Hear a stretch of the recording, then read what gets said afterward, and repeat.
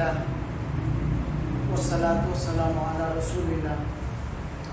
ہم نے پچھلے سبق میں مذکر اور مؤنث کے حوالے سے کچھ باتیں پڑھی تھی کہ مذکر ایسا اسم ہے جس کے اندر کوئی علامت تمییز لفظاً یا تقدیراً نہ پائی جائے، اور مؤنث ایسا اسم جس میں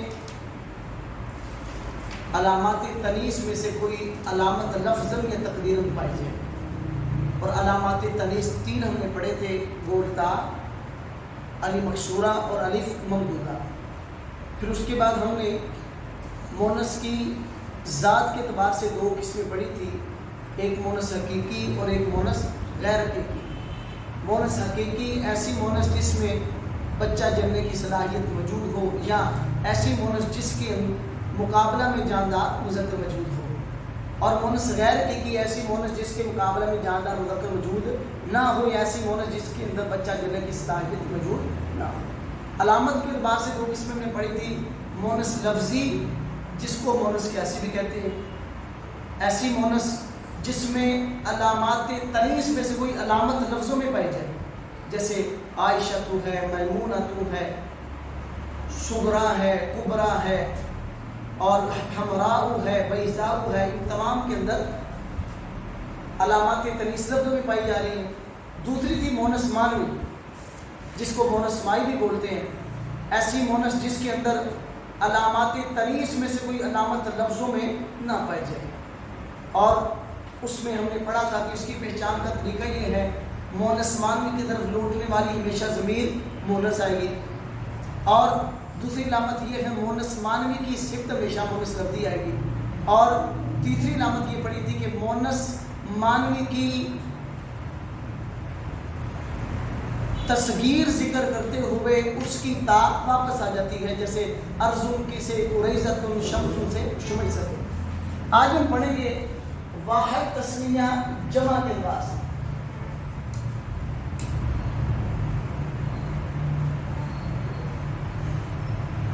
جمع واحد کہتے ہیں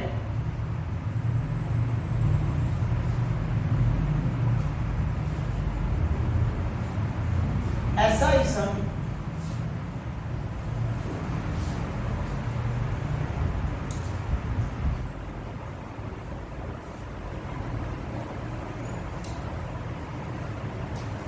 اسم جو کسی ایک چیز کا معنی ادا کرے، وہ اسم واحد یا مفرد کہلاتا ہے۔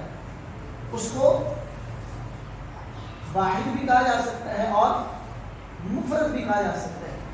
مفرد کی بھی وہی تعریف کی جائے گی اور واحد کی بھی وہی تعریف۔ ایسا اسم جو کسی ایک چیز کا معنی ادا کرے، مثال کے طور پر جیسے کتاب معنی ایک کتاب، قلم معنی ایک قلم، کرسی معنی ایک کرسی، اسی طرح ثوب معنی ایک کپڑا، رجل معنی ہوگا ایک آدمی، امرأۃ معنی ہوگا ایک عورت۔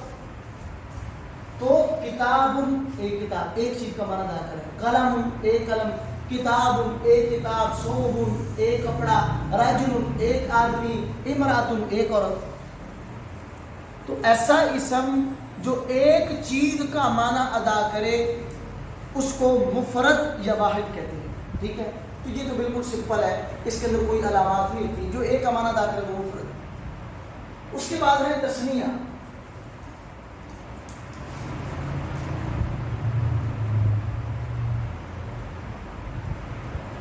اسم واحد کا سمجھ ہے آپ کو، مفرد جو ایک چیز کا معنی ادا کرے وہ اسم مفرد یا واحد کہلاتا ہے۔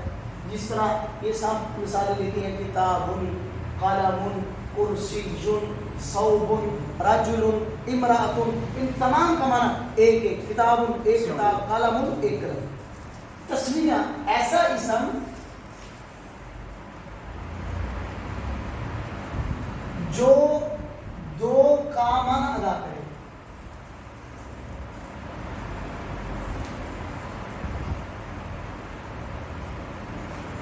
اسم مفرد یا واحد کی تعریف تھی جو کسی ایک چیز کا معنی ادا کرے وہ مفرد ہے۔ تسنیہ کہتے ہیں ایسا اسم جو دو چیزوں کا معنی ادا کرے، دو چیزوں کا، اس کو تسنیہ کہتے ہیں۔ اب ہے تسنیہ بنانے کا قاعدہ، تسنیہ کی تعریف، اس کی آگے تمام اس کی امثلہ اور اس کا پریکٹیکل وہ آتا ہے، پہلے ہم اس کے قاعدے پڑھتے ہیں۔ تسنیہ بنانے کا قاعدہ کیا ہے؟ ابھی تو ہمیں تعریف سمجھ آئی تسنیہ کی۔ تسنیہ کہتے ہیں ہر وہ اسم جو دو کا معنی ادا کرے، وہ تسنیہ ہوتا ہے۔ اب تسنیہ بنانے کا قاعدہ کیا ہے؟ قاعدہ یہ ہے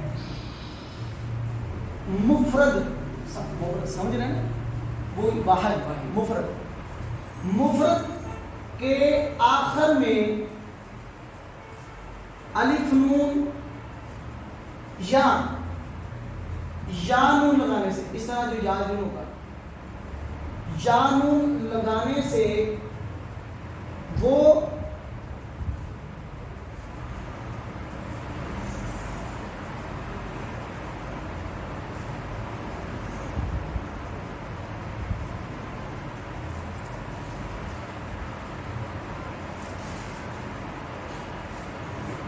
مفرد یا واحد کے آخر میں الف نون یا نون لگانے سے وہ کلمہ تسنیہ بن جائے گا۔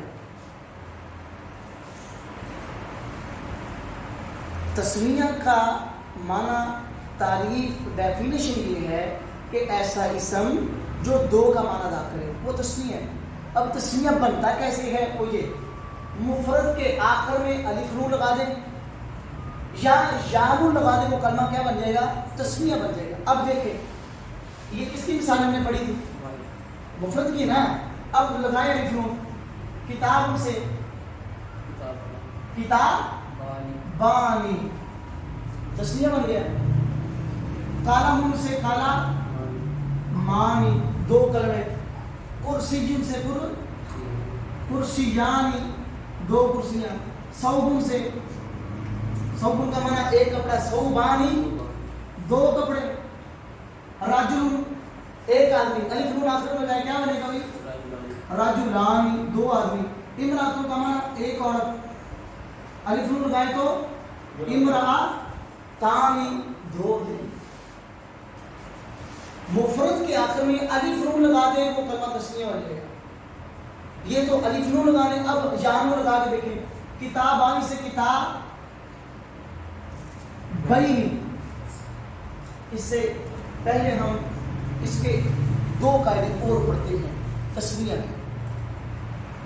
پہلا قاعدہ یہ ہے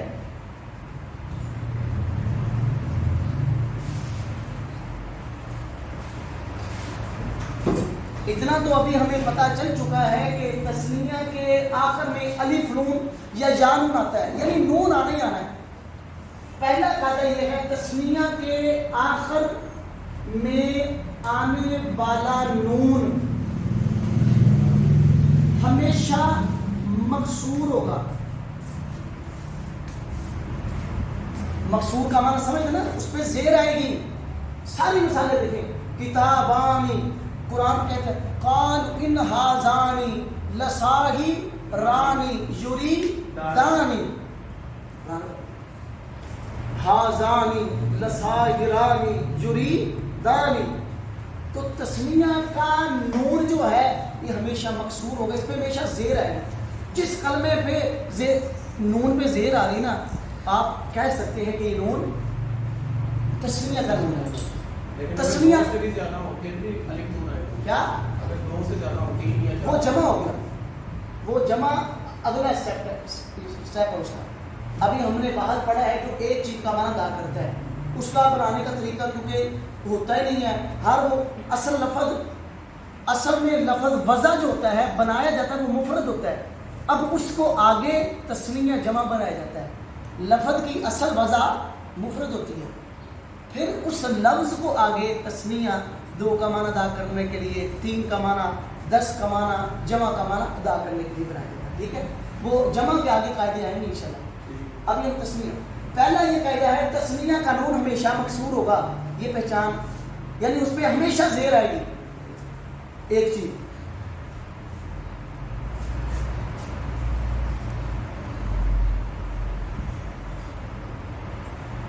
دوسرا یہ ہے تسمیہ کی یا، کیونکہ یامن بھی علامت ہے نا اس کی، یا سے پہلے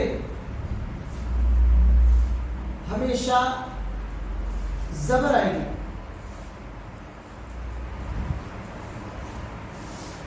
یہ دو قاعدے ہو گئے. تسمیہ کی یا سے پہلے کتابین، یا سے پہلے باب کیا ہے؟ زبر ہے.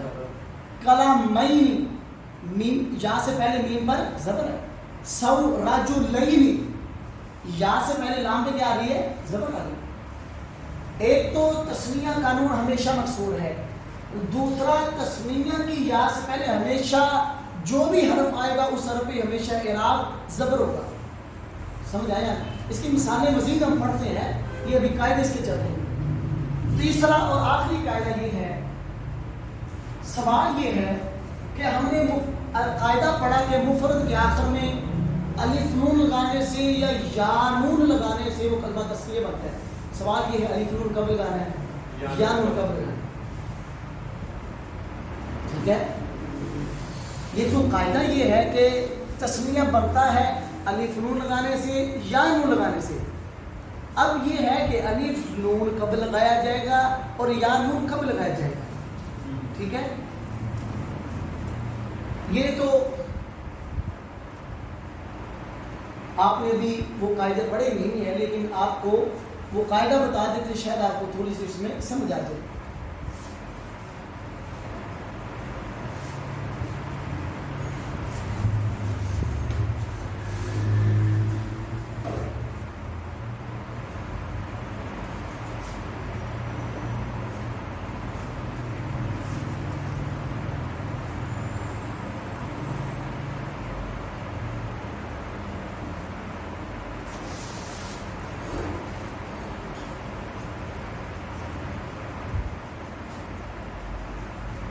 اگر تسمیہ سے پہلے پیش دینے والا عامل، عامل سمجھتے ہیں نا، یعنی عامل کہتے ہیں جو کسی کلمے کا اعراب بدلتا ہے نا اس کو کیا کہتے ہیں؟ عامل. سمجھا دوں آپ کو عامل میں کیا ہوتا ہے. یہ دیکھیں لفظ ہے کیا؟ زید. یہ لفظ زید ہے. ہم اس کو کبھی دن پڑھتے ہیں، کبھی در پڑھتے ہیں، کبھی دن پڑھتے ہیں. اب جا، یہ پیچھے جا آیا، اعراب آئے گا زیدن. اور پیچھے آ گیا رأیتو، آ جا تو پیچھے آگے پڑھے گا زیدن. پیچھے آ جائے مررتو بزیدن. اب لفظ ایک ہے، اس کے کبھی دون آ رہا ہے، کبھی دن آ رہا ہے اور کبھی دن آتا ہے، یعنی کبھی پیش آ رہی ہے، کبھی زبر آ رہا ہے اور کبھی زیر آ رہی ہے. اب یہ زبر زیر پیش جس کی وجہ سے آ رہا ہے اس کو عامل کہتے ہیں. جس کلمے کی وجہ سے زبر آ رہا ہے، زیر آ رہا ہے اور پیش آ رہا ہے اس کو ہم عمل بولتے ہیں. اگر تسنیہ سے پہلے پیش دینے والا عمل آ جائے نا، رفع دینے والا، تو ہمیشہ الف نون کے ساتھ تسنیہ آئے گا. یعنی جب بھی آپ دیکھ لیں، اب یہ ان ہاذانی الف نون کے ساتھ آئے، اس کا معنی اس کی حالت رفیع ہے. حالت رفیع کا معنی یہ سے پیچھے رفع دینے والا عمل ہے.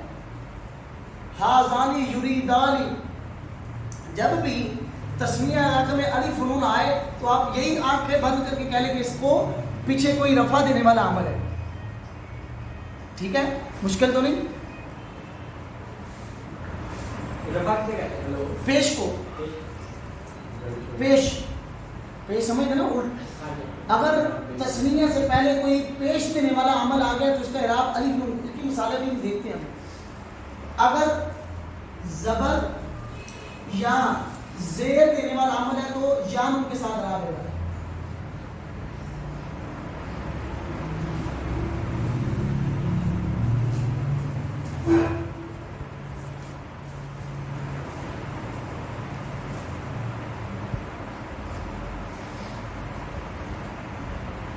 اگر تسنیہ سے پہلے زبر دینے والا عمل آ جائے یا زیر دینے والا عمل آ جائے تو تسنیہ کا اعراب یا نون کے ساتھ لکھا جائے گا. ٹھیک ہے. اگر تسنیہ سے پہلے پیش دینے والا عمل کسی کہتے ہیں جس کی وجہ سے اعراب بدلا جاتا ہے اس کو عامل کہتے ہیں. جس کا اعراب بدلتا ہے اس کو معمول کہتے ہیں. جس کلمے کی وجہ سے اعراب بدلے اس کو عامل اور جس کا اعراب بدلے اس کو معمول. جیسے اب زید یہ معمول ہے کیونکہ اس کا اعراب بدل رہا ہے. جا کیا ہے؟ یہ عمل ہے کیونکہ اس کی وجہ سے اعراب بدل رہا ہے. زیدن معمول ہے کیونکہ اس کا اعراب بدل رہا ہے. رأیتو یہ عمل ہے کیونکہ اس کی وجہ سے اعراب بدل رہا ہے. زیدن معمول ہے. با کیا ہے؟ عمل ہے کیونکہ با کی وجہ سے اس کا اعراب بدل رہا ہے. ٹھیک ہے. اگر تسمیہ سے پہلے رفع دینے والا عمل آ جائے تو تسمیہ کا اعراب الف نون کے ساتھ لکھا جائے گا. اگر زبر دینے والا یا زیر دینے والا عمل آ جائے تو تسمیہ کو یا نون کے ساتھ لکھا جائے گا. اب دیکھیں تسمیہ بنانے کا قاعدہ یہ ہے مفرد کے آخر میں الف نون یا نون لگا دے وہ کلمہ کیا بن جائے گا؟ تسمیہ بن جائے گا. ایک چیز تسمیہ کا نون ہمیشہ مکسور ہوگا, اس پہ ہمیشہ زیر آئے گی. یہ سب سے بڑی علامت ہے. ہاں تسمیہ کے نون پہ ہمیشہ صفر ہے. تسمیہ کی کیونکہ حالت رفع میں الف نون کے ساتھ آتی ہے نا, یعنی جب رفع دینے والا عمل پیش دینے والا جب یا نون کے ساتھ آئے گا تو اس وقت یا سے پہلے جون سا بھی حرف آئے گا اس پر ہمیشہ زبر آئے گا. اور تیسرا قاعدہ یہ ہے کہ الف نون کب آئے گا, یا نون کب آئے گا. اگر تسمیہ کو پیش دینے والا عمل آ جائے تو تسمیہ کا اعراب الف نون کے ساتھ.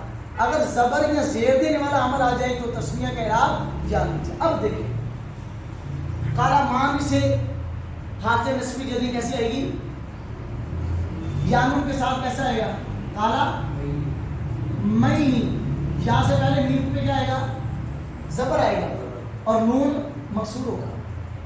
کرسی کی سے کرسی یہی نہیں, یہ مشکل لفظ آپ کے لیے لکھنا پڑے گا. صوب سے سو بین.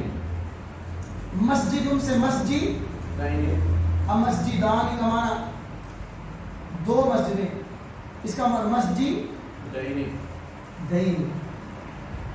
ٹھیک ہے. اسی طرح راجل سے راجو لین. امرأۃ سے امرأہ تین. رسول رسولانی کا معنی دو رسول. رسولین کا معنی دو رسول. رسولانی حالت رفع یعنی پیش دینے والا عمل ہے. رسولین زبر یا زیر دینے والا عمل. ٹھیک ہے. وہ الف والا نہیں سمجھ لگی جو آپ نے تیسرا نمبر پہ لکھا ہے. ہاں تیسرے نمبر پر یہ ہے, یعنی یہ دیکھیں نا مفرد سے تسمیہ بنانے کا قاعدہ مفرد کے آخر میں الف نون لگا دے یا نون لگا دے وہ کلمہ تسمیہ بن جائے گا, دو ہو جائے گا. کتاب کا معنی ہے ایک کتاب. ہم نے اب اس کو تسمیہ میں بدلنا ہو ہم الف نون لگائیں گے, کیا ہوگا؟ کتابانی. اس کا معنی دو کتابیں. کتابین کا معنی بھی دو کتابیں.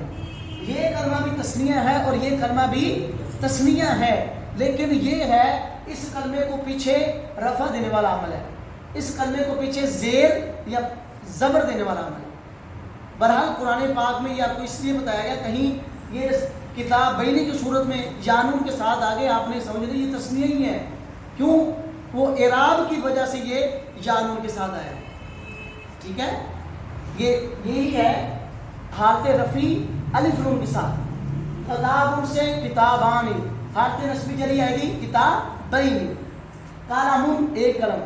کالامانی دو کلمے اور کالامین کا معنی بھی دو کلمے. کالامان بھی تسنیہ ہے اور کالامین بھی تسنیہ. جب پیش دینے والا عمل ہوگا تو الف نون کے ساتھ, اگر زبر زیر دینے والا عمل تو یا نون کے ساتھ. کرسی سے کرسی یعنی دو کرسی. کرسی یعنی دو کرسیاں. صوبن کا معنی ایک کپڑا. صوبان کا معنی دو کپڑے. صوبین کا معنی بھی دو کپڑے. صوبان کیوں ہے؟ کیونکہ اس کے پیچھے رفع دینے والا عمل ہے. صوبینی یہ کیوں ہے؟ کیونکہ اس کے پیچھے نصب دینے والا یا زیر دینے والا عمل ہے. راجل کا معنی ایک آدمی. راجولان کا معنی دو آدمی. راجولین کا معنی بھی دو آدمی. اب راجولان الف نون کے ساتھ اس وقت لکھیں گے جب اس کو پیش والا اعراب ملے گا, اور راجولین اس وقت لکھیں گے جب اس کو زیر یا زبر والا اعراب ملے گا. اسی طرح امرأۃ کا معنی ایک عورت.